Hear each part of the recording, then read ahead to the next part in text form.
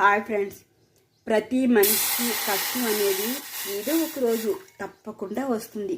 కానీ ఆ కష్టం మనకే వచ్చింది అని బాధపడటంలో అర్థమే లేదు. ఎందుకంటే కష్ట సుఖాలు అనేది ఎప్పుడు చుట్టాల్లా వచ్చిపోతూనే ఉంటాయి.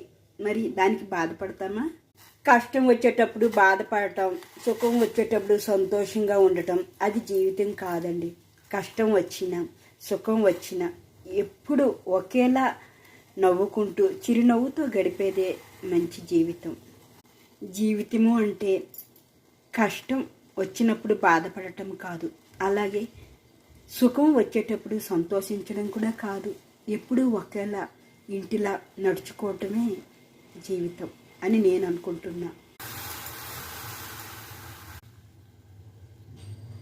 మనం చేసే ఈ టీలా పాలు, పంచదార, టీ పొడి వేస్తే కదా కలర్ వచ్చింది. అలాగే మన